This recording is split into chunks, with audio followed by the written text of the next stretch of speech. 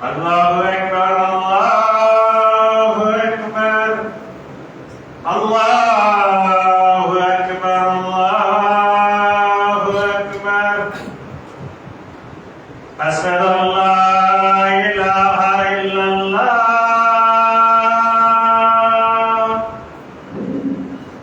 أشهد أن لا إله إلا الله أشهد أن محمدا رسول الله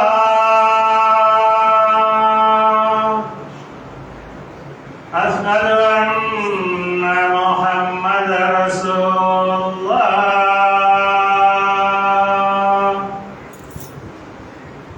حي على الصلاة حي على الصلاة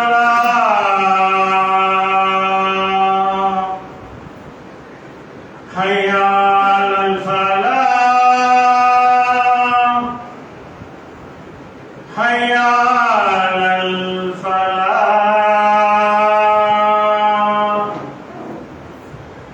الله أكبر الله أكبر لا إله إلا الله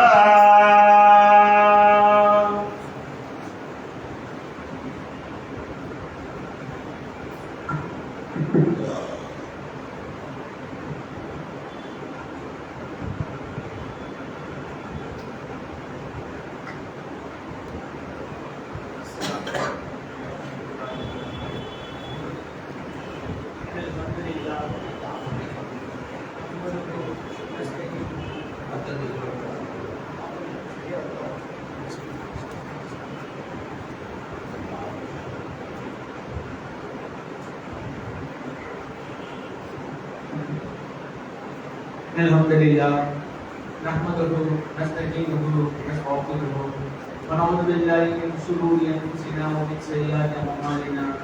Man yahdihillahu fala mudilla lahu wa man yudlil fala hadiya lahu. Ashhadu an la ilaha illallah wa ashhadu anna Muhammadan abduhu wa rasuluhu amma ba'd. Ya ayyuhan nas ittaqu rabbakum alladhi khalaqakum min nafsin wahidah wa khalaqa minha zawjaha wa bassa minhuma rijalan katsiran wa nisaa. واتقوا الله الذي تسألون به والأرحام إن الله كان عليكم رقيبا يا أيها الذين آمنوا اتقوا الله حق تقاته ولا تموتن إلا وأنتم مسلمون يا أيها الذين آمنوا اتقوا الله وقولوا قولا سديدا رب اشرح لي صدري ويسر لي أمري واحلل عقدة من لساني يفقهوا قولي رب زدني إلى من لا الله நல்லடியார்களே, முஸ்லிம்களாகிய நாம் படைத்த இறைவனுக்கு செய்ய வேண்டிய கடமைகளையும் அவன் நம் மீது எதையெல்லாம் கடமை மற்றும் பிறருக்கு செய்ய வேண்டிய உரிமைகள் என்ற விஷயத்தில் நாம் அதை நடைமுறைப்படுத்திக் கொண்டு வருகின்றோம். அல்லாஹ்வுக்கு என்று வரும்போது நாம் அதற்கென்று முயற்சி செய்து செய்யக்கூடிய வணக்க வழிபாடுகள் இபாதத்துக்கள் ஒரு பக்கம் இருந்தாலும் இந்த சில நன்மையான காரியங்களை செய்வதன் மூலியமாகவும் அல்லாஹ்வுடைய திருப்தி இருக்கிறது, அல்லாஹ்வுடைய அன்பு இருக்கிறது, அல்லாஹ்வுடைய நேசத்திற்கு நாம் சொந்தக்காரர்களாக ஆகலாம் என்ற அடிப்படையில் இஸ்லாமிய மார்க்கத்துடைய அடிப்படையாகவே எது சொல்லப்பட்டிருக்கிறது என்றால் பிறருக்கு உதவுவது. தீனுன் நஸீஹா, இஸ்லாம் என்றாலே பிறர் நலம் நாடுவதுன்றாங்க. இஸ்லாத்துடைய அடிப்படை எது என்றால் நாம் பிறருக்கு உதவணும்.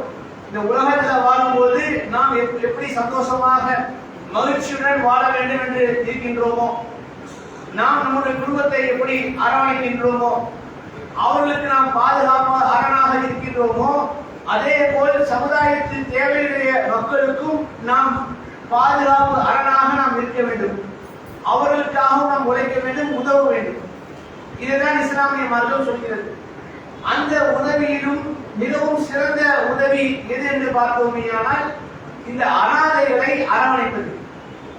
ஏன்னா நமக்கு நன்றாக தெரியும், இன்றைக்கு ஒரு தகப்பனை இழந்த அல்லது தாய் தகப்பனை இழந்த இருவரையும் இழந்த அந்த குழந்தைகள் அல்லது வாலிப பருவத்தில் வந்த நபராக வைத்துக் இருந்தாலும் கூட அவர்களை அரவணைப்பதற்கோ அவர்களை ஆதரிப்பதற்கோ அவர்களுக்கு ஒரு தேவை என்றால் உதவுவதற்கோ என்ன என்று கேட்பதற்கு கூட ஒரு திக்கெட்ட நிலையில் இருக்கக்கூடிய மக்களாகத்தான் அனாதைகள் இருப்பார்கள். அது இஸ்லாமிய மார்க்கத்தில் எவ்வாறு பார்க்கப்படுகின்றது என்றால், யாரெல்லாம் தகப்பனை இழந்தார்களோ அது தகப்பன் இல்லாத ஒரு நிலையில் ஒரு குழந்தை இருக்கின்றதோ ஒரு சிறுமியர் இருப்பார்களோ அவர்கள் எல்லாம் அனாதைகள் என்ற பட்டியலில் வருகிறார்கள். ஏன்னா அவனுடைய தகப்பனார் தான் இந்த குடும்பத்தை காக்கக்கூடிய தலைவராக இருக்கிறார். அந்த குடும்பத்திற்கான தேவைகளை நிவர்த்தி செய்யக்கூடிய வகையில் இருக்கிறார். நமக்கு அம்மா அப்பா இருக்காங்க, அண்ணன் தம்பி இருக்காங்க, சொந்த பந்தம் இருக்கு, மாமாச்சா இருக்காங்க, இப்படி வழிகாட்டுவதற்கு இருக்கக்கூடிய ஆட்களை பார்க்கிறோம். ஒருத்தங்க சமுதாயத்தில் இவ்வாறாக நிற்கதியாக விடப்படுகிறார்கள் என்றால் அவருடைய எதிர்காலம் மிகப்பெரிய கேள்விக்குறியாக இருக்கிறது. அது மட்டும் இல்லாமல் அவர்களுக்கு நல்லது கெட்டது என்ன என்று வழிகாட்டுவதற்கு ஒரு சிறந்த ஒரு நபர்கள் இல்லாத ஒரு வெற்றிடமாகவும் இருக்கிறது. இதன் காரணமாகவே பல இளைஞர்கள் பாதை மாறி போவதற்கு மிக துணையாக மிக ஒரு தவறான ஒரு நிலைக்கு செல்வதற்கு வழிகாட்டியாக இந்த தகப்பனை இழந்த அல்லது அனாதையாக இருக்கக்கூடிய குழந்தைகள் அந்த சிறுவர்கள் வழிமாறி செல்கிறார்கள். அவர்கள் திருடர்களாகவோ இல்லை ஒரு சமுதாயத்தில் ஒரு குற்றவாளியாக சித்தரிக்கப்படக்கூடிய அந்த நிலையில் அவர்கள் செல்கிறார்கள் என்றால் அதற்கு பிரதான காரணமாக இருக்கக்கூடிய என்னவென்று பார்த்தோமையானால் அவர்களுக்கு எந்த ஒரு தக்க வழிகாட்டி கிடையாது. எது சிறந்தது என்று தேர்வு செய்து ஆலோசனை வழங்குவதற்கு ஆட்கள் கிடையாது. இப்படிப்பட்ட நிலையில் அவர்கள் பாதை மாறி போக பார்க்கணும். இதனால் இஸ்லாமிய மார்க்கம் என்ன சொல்கின்றது? அனாதைகளை அரவணைப்பது, பொதுவாகவே ஏழைகளுக்கு உதவக்கூடியது, தேவையுடையவருக்கு ஒத்துழைப்பு செய்வது, தர்மம் செய்வது, இது எல்லாம் வலியுறுத்தி சொல்லப்பட்டிருந்தாலும் கூட அனாதைகளுடைய விஷயத்தில் மார்க்கம் கொஞ்சம் கூடுதலாகவே கவனம் செலுத்துது. எப்படி சொல்றோம்? திருமறை குர்ஆனில் எடுத்து பார்த்தாலும் சரி, நபிகள் நாயகம் ஸல்லல்லாஹு அலைஹி வஸல்லம் பொன்மொழியிலும் பார்த்தாலும் சரி, எத்தனையோ நல்ல காரியங்கள் இருந்தும் கூட இந்த ஒரு விஷயத்திற்கு அல்லாஹ் சுப்ஹானஹு வ தஆலா வலியுறுத்தி சொல்லக்கூடியதை பார்க்கிறோம். திருமறை குர்ஆன் சூரத்து நிசாவுடைய 36வது வசனத்தை எடுத்து படித்து பார்த்தோமேயானால் வஅபுதுல்லாஹ் வலா துஷ்ரிகு பிஹி ஷையா, அல்லாஹ்வை வணங்குங்கள், அவனுக்கு எதையும் நீங்கள் இணையாக கற்பிக்காதீர்கள். இஸ்லாமுடைய அடிப்படை அகீதா ஒபில் வாலிதைனி இஹ்சானா ஒபில் குர்பா வல் யதாமா வல் மசாகினி வஜாரில் குர்பா வஜாரில் ஜுனுபி வஸாஹிபில் ஜம்பி வபினிஸ் சபீல் வமா மலகத் ஐமானு. அல்லாஹ் சுப்ஹானஹு வ தஆலா ஒரு 9 சாரார்களை இந்த வசனத்தில் சொல்றான். அந்த 9 சாரார்களை சொல்லிவிட்டு இன்னல்லாஹ லா யுஹிப்பு மன் கான முக்தாரன் ஃபஹூரா, இறுதியாக அல்லாஹ் ரப்பல் ஆலமீன் முடிக்கக்கூடிய விஷயம் என்னவென்றால், என்னுடைய விருப்பம், நான் யாரை நேசிக்கின்றேன் தெரியுமா? யார் பெருமை அடித்து கர்வம் கொண்டு மேலே சொன்ன நபர்களுக்கு நன்றி புரியவில்லையோ, மேலே சொன்ன 9 சாரார்களுக்கு யார் எந்த மனிதன் அவர்களுக்கு நன்மையை நாடவில்லையோ, அவர்களுக்கு உதவவில்லையோ, அப்படிப்பட்ட நபருக்கு அப்படிப்பட்ட சாராருக்கு என்னுடைய நேசம் கிடையாது என்று அல்லாஹ் சுப்ஹானஹு வ தஆலா சொல்கின்றான். எந்த அளவுக்கு பாருங்க, அல்லாஹ்வுடைய விருப்பம், அல்லாஹ்வுடைய விருப்பத்திற்கான அடியான் நான், அல்லாஹ்வுடைய நேசத்துக்கு சொந்தக்காரன் நான் என்ற ஒரு சர்டிபிகேட் அந்த பட்டியலுக்கு வரணும்னா எப்படிப்பட்ட ஒரு கண்ணியம் அது, எப்படிப்பட்ட ஒரு விஷயம் அது. அதை விட்டு தரக்கூடிய காரியம் யாரெனில் மேலே சொன்ன சாரார்களுக்கு உதவுவது. அதில் ஒருவர் யார்? தாய் தந்தைக்கு அடுத்தபடியாக, அல்லாஹ் ரசூலுக்கு அடுத்தபடியாக தாய் தந்தைக்கு அடுத்தபடியாக ஒபில் வாலிதைனி இஹ்சானா, உன்னுடைய பெற்றோர்கள், ஒபில் குர்பா, உன்னுடைய உறவினர்கள், வல் யதாமா, அனாதைகள். அல்லாஹ் சுப்ஹானஹு வ தஆலா மூன்றாவதாக யாரை வைக்கின்றான்? தாய் தந்தைக்கு அடுத்தபடியாக, இரத்த பந்தங்கள், உறவினர்களுக்கு அடுத்தபடியாக நீ அனாதைகளை கவனின்றான், அனாதைகளுக்கு உதவுன்றான். அதன் பிறகுதான் ஏழைகள், நெருங்கிய அண்டை விட்டார்கள், தூரமான அண்டை விட்டார்கள், நாடோடிகள், பயணத்தோழர்கள், அடிமைகள் என்று அந்த பட்டியல் போகிறது. தாய் தந்தை அடுத்தபடியாக, இரத்த பந்தங்கள் அடுத்தபடியாக இருக்கக்கூடிய ஒரு முக்கிய உறவு, ஆதரிக்க வேண்டிய உறவு யார் என்று பார்த்தோமேயானால் அனாதைகள். இன்னைக்கு பார்க்கின்றோம் சமுதாயத்தில் எத்தனையோ அனாதைகள், குறிப்பாக நம்முடைய சமுதாயத்தில் இருக்கக்கூடியது பார்க்கிறோமா இல்லையா? ஒரு சிறந்த ஒரு கல்வி கிடைக்காமல், சிறந்த ஒரு தொழில் அவர்களுக்கு அமைய முடியாமல், அன்பான சகோதரர்களே, இதை நாம கேட்கும் போது ஏதோ ஒரு செய்தியாக இருக்கும். உண்மையில் ஒருவர் இப்படிப்பட்ட நிலையை சந்திக்கிறார் பார்த்தீங்களா, அவருக்கு தான் அவருடைய ரணம் என்னவென்று புரியும். அந்த கஷ்டம் என்ன என்பதை அவர்கள் தான் விளங்கிக் கொள்வார்கள். ஏன்னு சொல்றேன்னா, நபிகள் நாயகம் ஸல்லல்லாஹு அலைஹி வஸல்லம் அவங்களுக்கு நமக்கு தெரியும். அவங்க எப்படி பிறந்தாங்க, எப்படி வளர்ந்தாங்க, அவருடைய வரலாறு என்ன. நபிகள் நாயகம் ஸல்லல்லாஹு அலைஹி வஸல்லம் அவங்க பிறக்கும் போதே தன்னுடைய தகப்பனாரை தவற விடுறாங்க. அதாவது அவங்க பிறக்கும் போதே தன்னுடைய வாப்பாவை அத்தாவை விட்டவராக ஒரு அனாதையாகத்தான் பிறக்கிறார்கள். பிறந்து சிறிது நாட்களிலேயே அவருடைய தாயாரும் இறந்து விடுகிறார்கள். இத்தனை நபி ஸல்லல்லாஹு அலைஹி வஸல்லம் எப்படி வளர்றாங்கன்னா, தாய் தந்தையுடைய ஆதரவின்றி, அவருடைய அரவணைப்பின்றி, தன்னுடைய உறவினுடைய பெரியத்த சின்னத்த அவருடைய ஆதரவோடு தான் நபி ஸல்லல்லாஹு வளர்றாங்க. இப்ப நபிகள் நாயகம் ஸல்லல்லாஹு அலைஹி வஸல்லம் அவங்க ரியலைஸ் பண்றாங்க, உணர்றாங்க அனாதையுடைய வேதனை எப்படி இருக்குன்னு சொல்லி. நாம சொன்னோம்னா சும்மா வாயை சொல்லிட்டு போயிடலாம், நாம அதை அனுபவிக்கல. ரசூல் ஸல்லல்லாஹு அலைஹி வஸல்லம் சொல்றாங்கன்னா, அவங்க இயற்கையாகவே ஆரம்ப பருவம் முதல் கொண்டு அவங்க அனாதையாக தான் வளர்ந்தாங்க.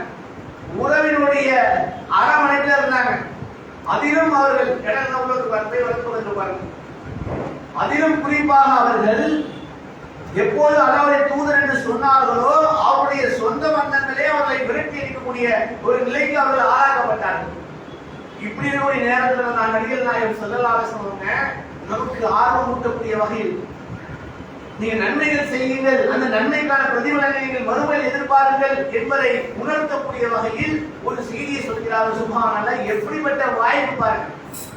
இந்த உலகத்தில் நம்ம இருக்கிறோங்க, நமக்கு நம்ம ஊர் பகுதியில நம்ம சென்னை மாநகரத்தில் இருக்கக்கூடிய மேயர் அல்லது ஒரு எம்எல்ஏ, ஒரு அரசியல் பிரமுகர், ஒரு முக்கிய பெரும்புள்ளி, ஒரு மிகப்பெரிய செல்வந்தர், நம்முடைய தோஸ்த், நம்முடைய நண்பர், நானும் அவரும் அப்படியே ஒன்னா போவோம் ஒன்னா வருவோம் அப்படின்ற ஒரு நிலையில இருந்தோம்னா நமக்கு சமுதாயத்தில் எப்படிப்பட்ட மதிப்பு. முதலமைச்சர் எனக்கு ரொம்ப க்ளோஸ், நானும் அவரும் அப்படி ஒன்னாதான் போவோம் ஒன்னாதான் வருவோம், ஒரே தட்டில தான் சாப்பிடுவோம், அப்படியே நாங்க ஒன்னாவே வாழ்வோம் அப்படிப்பட்ட ஒரு நிலை. பிரதமரே, அமெரிக்க அதிபரே அப்படிதாங்கன்னா அந்த நபருக்கு இந்த உலகத்தில் கிடைக்கக்கூடிய அந்தஸ்து என்ன, அந்த நபருக்கு இந்த உலகத்தில் கிடைக்கக்கூடிய அந்த பார்வை அவங்க எப்படி பார்ப்பாங்க. அந்த தலைவரை, அந்த பெருப்புள்ளியை, அந்த முக்கியஸ்தரை எப்படி கவனிப்பார்களோ, ஒற்று நோக்குவார்களோ, அதே போன்ற கவனம் நம் மீது இருக்கும். யாரு சாதாரண ஒரு மனிதர் ஒரு அதிகாரத்தில் வருகிறார், ஒரு பொருளாதாரத்தில் சிறந்த இடத்தில் வருகிறார், அவருக்கு இந்த சமுதாயம் கொடுக்கக்கூடிய அந்தஸ்து. நாளைக்கு அல்லாஹ்வுடைய சன்னிதானத்துல மறுமையில சொர்க்கத்துல ரசூல் ஸல்லல்லாஹு அலைஹி வஸல்லம் பக்கத்துல நான் இருக்கிறேன், நானும் ரசூலுல்லாஹும் அப்படியே ஒன்னா இருப்போம், அருகில் இருப்போம், ஒட்டி கட்டி அணைத்துக் கொண்டு நெருங்கியவர்களாக இருப்போம் என்றால் அந்த அந்தஸ்து எப்படிப்பட்ட அந்தஸ்து, எப்படிப்பட்ட கண்ணியம், அதை நாம் பெற வேண்டும் என்றால் உலகத்தில் மறுமையில் நபிகள் நாயகம் ஸல்லல்லாஹு அலைஹி வஸல்லம் அவருடன் நாம் இருக்க வேண்டும் என்றால் அதற்கு அவர்கள் சொல்லக்கூடிய விஷயம் என்ன தெரியுமா? ரசூலுல்லாஹ் சொல்லிட்டு போயிட்டாங்க. என்ன சொல்றாங்க தெரியுமா? யார் ஒருவர் அனாதையை அரவணைக்கிறாரோ, அனாதைகளுக்கு உதவுகிறாரோ, ரொம்ப குறிப்பாக கவனிக்கணும். எத்தனை நன்மையான காரியங்கள் இருக்கு, அனைத்துக்கும் நன்மை மறுமையில் கிடைக்கும். உலகத்திலே அல்லாஹ் சுப்ஹானஹு வ தஆலா நானா கொடுப்பான். அனாதையை அரவணைக்கக்கூடிய விஷயத்துக்கு ரசூல் ஸல்லல்லாஹு அலைஹி வஸல்லம் வாக்குறுதி என்ன தெரியுமா?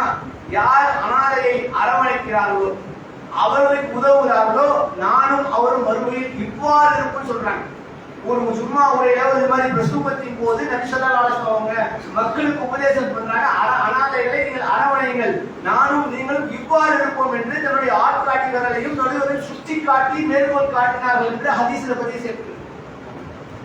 அன்பான சகோதர சகோதரிகளை, யாரு கூட ரசூல் ஸல்லல்லாஹு அலைஹி வஸல்லம் கூட அருகில் இருக்கக்கூடிய ஒரு வாய்ப்பு கிடைக்குதுன்னா அவங்க கூட நம்ம இருக்கிறோம்னா எப்படிப்பட்ட கண்ணியம் அது.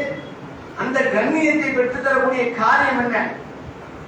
ஒரு அனாதையை அரவணைப்பது, அவர்களுக்கு தேவையான விஷயத்தை பூர்த்தி செய்தது, பொருளாதார மூலியமா எப்படிப்பட்ட உதவியும் நான் அவருக்கு பொறுப்பேற்றுக்கிறேன் என்ற ஒரு நிலையை நாம் அவர்களுக்கு உதவுவோமையானால் ரசூலுல்லாஹ்வுடன் நாம் மறுமையில் இருப்போம் என்றால் எப்படிப்பட்ட ஒரு தரஜா, எப்படிப்பட்ட ஒரு அந்தஸ்து, இப்ப நாளைக்கு மறுமையில பார்க்கலாம், யாரெல்லாம் ரசூலுல்லாஹ் கூட ரொம்ப அருகில ரொம்ப நெருங்கியவாறு ஒட்டி உராசி ஒன்று வாழ்ந்து கொண்டு இருப்பார்களோ அவர்கள்லாம் யார்? இந்த உலகத்தில் அனாதைகளை அரவணைத்தவர்கள், அனாதைகளுக்கு உதவியவர்கள்.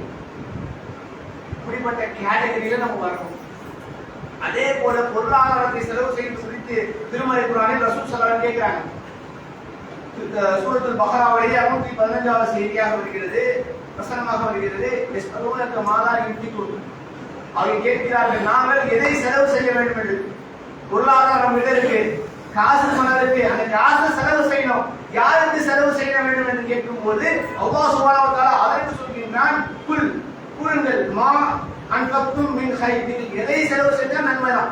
மேல சொன்ன மாதிரி எந்த பொருளாதாரத்தை செலவு செய்தாலும் நன்மை. இருந்தாலும் அல்லாஹ் சுப்ஹானஹு வ தஆலா கேட்டகரி பிரிக்கிறான், யாருக்கு நீங்க கொடுப்பது கூடுதல் சிறப்பு என்று.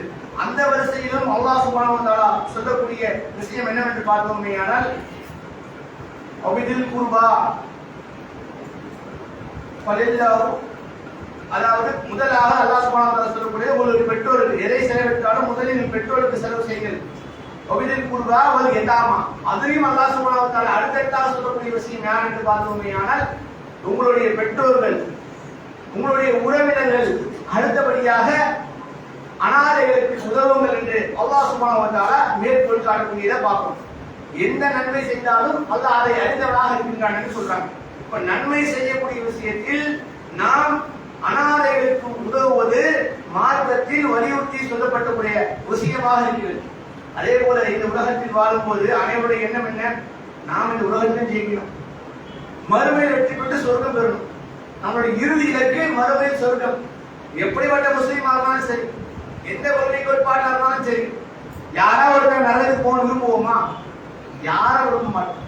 எல்லாரும் எதை விரும்புவோம்? சொர்க்கம் செல்ல வேண்டும். சொர்க்கம் தான் என்னுடைய இறுதி இலக்கினுடைய கோல், அச்சீவ்மெண்ட். அதுதான் அந்த கோலை அடைவதற்கு, மறுமையை வெற்றி பெறுவதற்கு அல்லாஹ் சுப்ஹானஹு வ தஆலா இன்னொரு ஒரு செய்தியை சொல்றான். ஒரு சுவாரஸ்யமான விஷயம் திருமறை குர்ஆனில் வரக்கூடிய ஒன்று.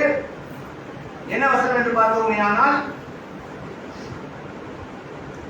சூரா 90வது அத்தியாயத்துல 10லிருந்து 17 செய்தி, 10லிருந்து 17 வசனம் உணர்த்தக்கூடிய விஷயம் என்னவென்று பார்த்தோமேயானால் அல்லாஹ் சுப்ஹானஹு வ தஆலா சொல்கிறான், ஒரு கொஸ்டினாவே கேட்கிறான், கணவாய் என்றால் என்ன என்று தெரியுமா? கணவாய் அதாவது ஒரு பிரிட்ஜ். அந்த கணவாயை நீ எப்படி கடக்க முடியும் என்பதை அல்லாஹ் சுப்ஹானஹு வ தஆலா ஒரு நன்மையான காரியத்தை ஏவி நமக்கு சொல்கின்றான். என்னவென்றால், நன்மை தீமை என இரு வழியை நான் அவனுக்கு காட்டவில்லையா? மனுஷனை படைக்கும் போது அல்லாஹ் சுப்ஹானஹு வ தஆலா இது நன்மையான வழிபா, இதுல நீ பயணிச்சோம்னா சொர்க்கம் போயிடலாம், இது தீமை. நம்ம ஒவ்வொரு போதும் நம்ம தவறு செய்யும் போது நம்ம மனசுல ஒரு உறுத்தும், இது சரியா பண்ணாம தப்பு தானே, பார்த்துப்போம், அப்புறம் மன்னிப்பு கேட்டுப்போம் என்று நாம் ஒரு குற்றம் செய்யும் போது அந்த குற்றம் தப்புன்னு தெரிஞ்சா செய்வோம். தப்புன்னு தெரியாம யாரும் செய்ய மாட்டோம். ஒரு பொய்யை பேசணும்னா இது பொய், தப்பு தான். ஒரு மார்க்கம் கடந்த ஒரு காரியத்தை செய்யணும்னா சுயநினைவு இல்லாம யாரும் செய்ய மாட்டாங்க. அந்த சுயநினைவு இருக்கும், கண்ட்ரோல் யார் கையில இருக்கும்? ஷைத்தான் கையில இருக்கும். அப்ப அவன் நமக்கு வழிகாட்டுவான், இந்த பக்கம் போய்தான், இது ஷார்ட் போயிடலாம், இப்படி வியாபாரம் பண்ணா நீ பல வருஷம் நீ பணக்காரனாக இருந்துக்கோ, போட்டோம்னா டக்குன்னு ஆயிடலாம் சொல்லி ஒரு தவறான வழியை காட்டுவோம். இப்ப நம்ம மனசே சொல்றோம், மனசாட்சி சொல்றோம், இதுதான் சரியான பாதை, நேரான பாதையை போன். உங்களுக்கு நன்மை தீமை என்ன இரு வழியை காட்டவில்லையா? எனக்கு அந்த ரூம்ல சம்பவங்களே வந்து உட்காந்துக்கணும். நன்மை தீமை என்ன இரு வழியை காட்டவில்லையா? அவன் கணவாயை கடக்கவில்லைன்றான். யாரு? மனிதனை பார்த்து அல்லாஹ் சுப்ஹானஹு வ தஆலா சொல்கின்றான், அவன் கணவாயை கடக்கவில்லை. கணவாய் என்பது என்னவென்று உனக்கு தெரியுமா? அல்லாஹ் நம்மளை பார்த்தே கேட்கிறான், கணவாய் என்பது என்னவென்று உனக்கு தெரியுமா என்று சொல்லிவிட்டு அல்லாஹ் சுப்ஹானஹு வ தஆலா விளக்குறான், எது கணவாயை கடத்தல். கணவாய் சொல்றோமே, எதுப்பா கணவாய்? எது கணவாயை கடக்கக்கூடிய செயல்கள் என்பதை அல்லாஹ் சுப்ஹானஹு வ தஆலா விளக்கக்கூடிய விதமாக முதலில் சொல்லக்கூடியது அடிமையை விடுதலை செய்தல். மறுமையை வெற்றி குறித்து சொல்றான், நன்மையான காரியத்தை குறித்து சொல்றான். அவனுக்கு நன்மை தீமை இதுவரை காட்டிட்டோம், அவனுக்கு நன்மை என்பதை நாம் விளக்குகின்றோம், அதான் கணவாயை கடத்தல் என்று சொல்லிவிட்டு அடிமையை விடுதலை செய்தல் முதல் விஷயம். இரண்டாவது, நெருங்கிய உறவினராக இருக்கக்கூடிய அனாதைகளுக்கு அல்லது வறுமையில் உழல் ஒரு ரொம்ப கஷ்டமான வறுமையில் உழலும்னா பல ஆண்டுகளாக வறுமையிலே இருக்கிறவங்க, சரியா சோறு தண்ணி கிடைக்காதவங்க, பட்டினி சாவம் சொல்லுவாங்க, ஒருவேளை சாப்பாடே அவர்களுக்கு வந்து ரொம்ப சிரமமான ஒரு சூழ்நிலையா இருக்கும். அந்த மாதிரி வறுமையில் உழலக்கூடிய வெறும் வறுமை என்று அல்லாஹ் சுப்ஹானஹு வ தஆலா சொல்லிவிட்டு போகாமல் எப்படிப்பட்ட வார்த்தையை அவன் பயன்படுத்துகின்றான் என்றால் வறுமையில் உழலும் ஏழை, எப்படி நெருங்கிய உறவினராக இருக்கக்கூடிய அனாதை. இது ரொம்ப முக்கியம். நாம் நினைக்கிறோம் நம்ம சொந்த பந்தத்தை திரும்பி பார்த்தாலே எத்தனையோ பிள்ளைகள் வந்து அனாதைகளாக ஆதரவற்ற நிலையில இருப்பாங்க. அந்த பெண்மணிக்கு எந்த ஒரு விவரமும் தெரியாது, போய் சம்பாதிச்சு தன்னுடைய குடும்பத்தை காக்க முடியாது, கை ஏந்துவதற்கு வெக்கப்பட்டு கொண்டு அவனுடைய தன்மானம் அவள் தடுத்து கொண்டு இருக்கும். நாம தான் போய் கேட்டு உதவணும். நம்ம சொந்த பந்தத்தை பத்தி நமக்கு தெரியாதா, அவனுடைய பேக்ரவுண்ட் என்ன நமக்கு புரியாதா, நாம என்ன பார்ப்போம், ஏதோ ஒரு மிஸ்கின் நம்ம உள்ள விட்டு அவ்வளோ முடிச்சு அவ்வளவுதான் அப்படின்னு நிலையில நம்ம இருப்போம். அதுக்கு தர்மம் என்ற நன்மை கிடைக்கும், மாட்டு கருத்து.